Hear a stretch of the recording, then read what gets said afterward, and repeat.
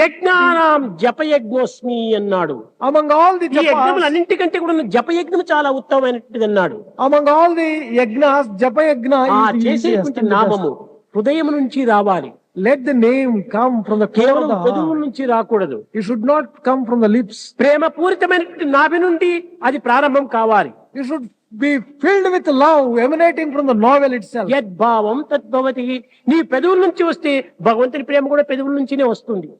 If your name emanates only from the lips, నీది it will హృదయం go నుంచి out. వస్తే భగవంతుని ప్రేమ కూడా హృదయం నుంచి వస్తుంది. If the name comes from the core of your heart, God's love భక్తుడు also comes. భగవంతుని గూర్చి ఎంత ఆవేదన పడుతుంటాడో, భక్తుని గూర్చి భగవంతుడు కూడా అంత ఆవేదన పడుతుంటాడు.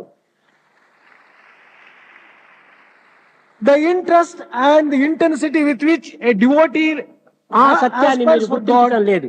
God also aspires to have devotee with the same intensity of love.